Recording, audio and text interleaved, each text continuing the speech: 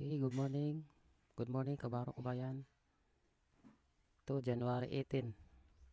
Update tayo sa ating mga crypto investment. Ito, unahin natin sa CoinPH. Last 24 hours. Ito, naghihin tayo. Tumaas ngayon ang mga crypto. 17K. 17,000. Tapos sa PDAX naman, ito, gihin tayo din sa the last 24 hours. 500. 1%. Halos 2%. Ito, 26,000 na. Nung nakarang vlog natin, 22.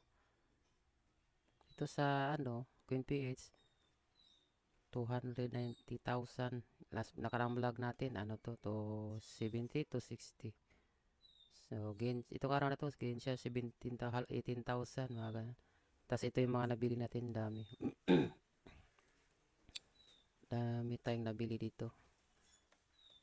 Yan. Yan, mga nabili natin yan, dami. 80 pirasong crypto to sa CoinPH. Dito sa OKX natin, dito sa PX natin, up, 1, 2, 3, 4, 5. 5 crypto lang to siya. Ethereum, ADA, BNB, NEAR, OPX. Sa OKX natin, ito, nag-gain na siya 1,392, halos 1,4. Sa itong araw na to, 14, 1%. Dito kasi makita yung weekly.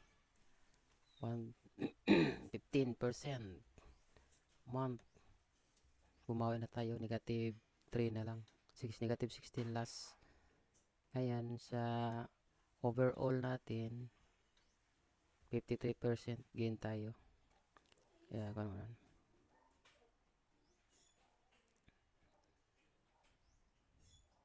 So, last vlog natin, ito sa Bitcoin.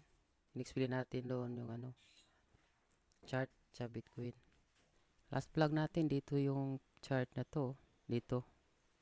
Bali, ito wala pa. Ganun. Bali, ganun pa yung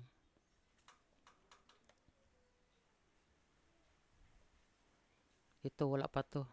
Yung na-explain ko doon, last vlog natin sa Bitcoin, dito pa bumaba, tapos may buyer pumasok dito. Nag-consolidate, tapos nag-vlog tayo.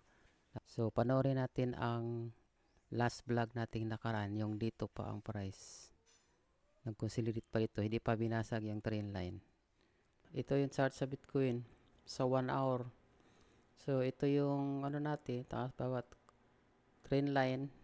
Ngayon, ito naman binabantayan natin sa 1 hour. Yan.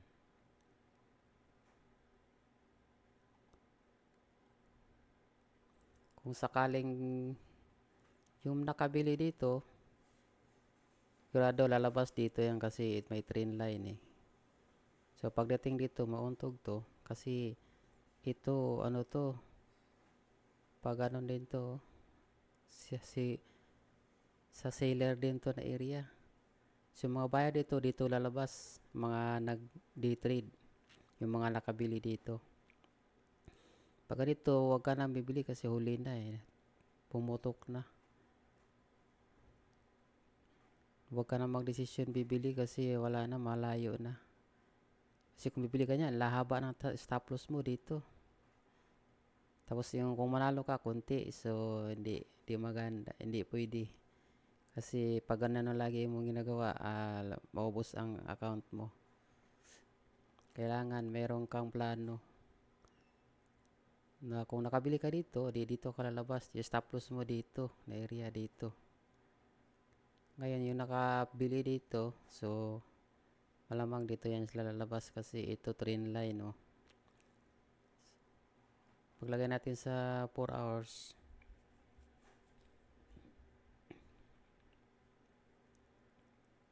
O, ganun pa rin siya pag 4 hours. Kailangan itong area na to. Pagdating dito, mag-consolidate dito. Kung bababa siya, babalik. Wala pang confirmation. sa mga matagal na nagtitrade, maghihintay ng confirmation. Kasi kung baka babasagin to, gaganon siya. Pagdating dito, mag-consolidate, tapos magpipeak. Pag peak niyan, hindi yan tutuloy. O maaaring ganon, tapos babalik. Pagdating dito, sigurado may mga buyer. Kasi break trend line eh. Kasi nag-break ang trend line. Kung pagdating dito, mag-consolidate, tapos nabasag ang trend line. Pagbasag sa trend line, babalik. Pagbalik dito, madalas dyan ang may mga nagko-confirm na bibili kasi nabasag yung trend line. Magdagbabay. Tapos lalabas sila dito. Dito na area ang lalabas sila. Tapos stop loss dito banda. Or depende na lang sa consolidate dito. Depende sa candle na gagawin dito kung ano yung confirmation para magbabay ka. Pero kung di maganda, hindi siya nag-break. Pag hindi siya nag-break, consolidate siya, maaring bababa pa siya. So, yan ang basa ko niya. Yung mga veterano na trader, may profitable trader na, lagi sila naghihintay ng confirmation. Either bibili, nag-break to, pagka-break, di mo na sila bibili, hintayin pa nila, babalik. Tapos pagbalik dito, maghintay sila ng candle na kulay green para bibili. Sasama, punta dito. Pero pagbaba niya dito, di maganda yung walang confirmation. Yan, sigurado. Fake false breakout na naman yan. Tapos bababa dito. Babalik. So, yun ang plano, no? Padalas yung mga matagal na nagtitrade, laging tumitingin sa confirmation candle. Kung ano yung hinihintay na dito. Pag ganito, kung mag-trade ka sa Bitcoin, magbabay ka kung merong confirmation. Ito yung pinaka-safety nga sistema eh. Break thin line, tapos babalik. Pagbalik dito, hintay ng confirmation. Candle. Magkulay green, sunod-sunod na yan siya. Papunta dito. Labas ka dito. Kakita ka ng green candle dito. Tapos, stop loss ka dito. Lalabas ka dito. Lalabas ka dito. Kung mababalik siya, dito ka. Lalabas. So, mga ilang araw to siya. O baka 2 days, 3 days. Yan. Kung merong confirmation dito. Pero kung ganito, nag-pick, tapos bumaba, walang green candle, pumula lang, bili ka na, pababa, dito ka lalabas uli. O kaya dito, abutin niya to. Kasi nauntog to, trend line. Tapos mag-consolidate, hindi nagpe-break, consolidate pupula na, o nag-pick lang siya, tapos biglang bumaba. Tapos red candle lang nandito, bili ka, stop loss mo dito. Tapos lalabas ka dito para ano siya. So, lagi kang nag-intay. Yun ang mga profitable trader, nag-antay lagi. Pag nakita nila na tapos na, di na sila bibili. Kung huli na, kagaya nito. Huli ka na eh. Nakita mo to, ganito ng forma, huwag ka na bibili. Kasi sigurado, wala. Talo ka na, layo ng stop loss mo. Kung dito, bibili ka. Tapos dito ka mag-out. Layo ng stop loss. Dito ka stop loss. So, yun guys ang nakaraan nating vlog. Last vlog natin sa Bitcoin. Na-explain natin doon na dito pa yung price. Tapos naglagay tayo ng trend. Pagbasagin niya. Yan o. Binasag na niya. Tama yung natin, analyze. Pero pag bumalusok yun, walang kulay green na candle.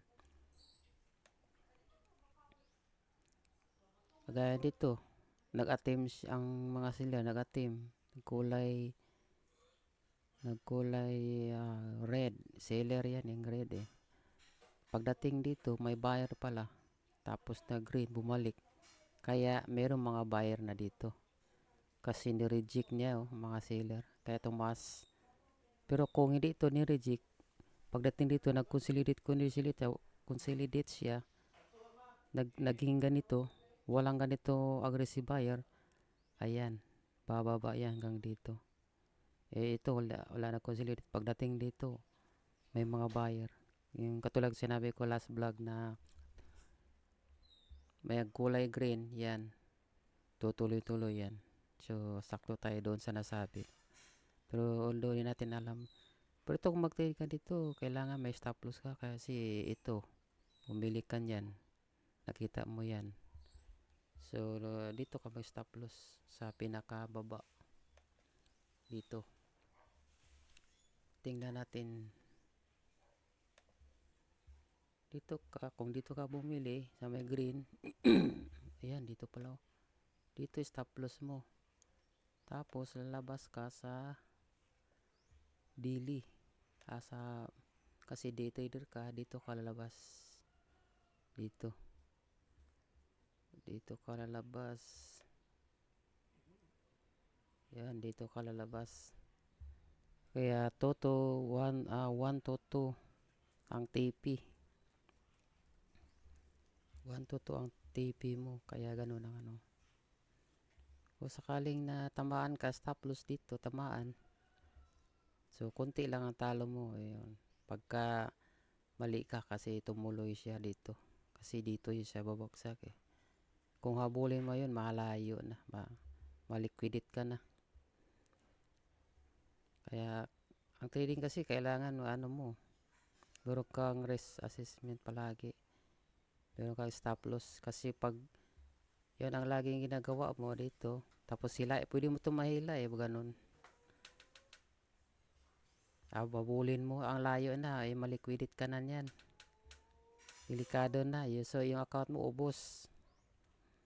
Kaya kung saan yung safety ka, tulad nito, bumaba siya dito, tapos binasag, bumalik may buyer, tapos nakarating siya balik dito, so buy ka, tapos yung stop loss mo dito, tapos lalabas ka dito. Kaya lagi mo hintayin. Pero kung nakabili ka dito, yung kulay green, red, kulay red, dito nakabili ka, stop loss mo, pababa ka, so stop loss mo dito. Ganon ka na naman. Short, sell short ka, bili ka dito, tapos stop loss mo dito, tapos lalabas ka dito. Para tutuwan ka lagi. So kapag yun lagi ginagawa mo, so yung account mo dandan tumataas yung account balance mo. Tapos lagi kang maghintay pag ganito break line, hintay ka lagi, wag kang taya kagad kasi wala ka pang mga confirmation. Kaya yun, mga matagal ng trader ganun.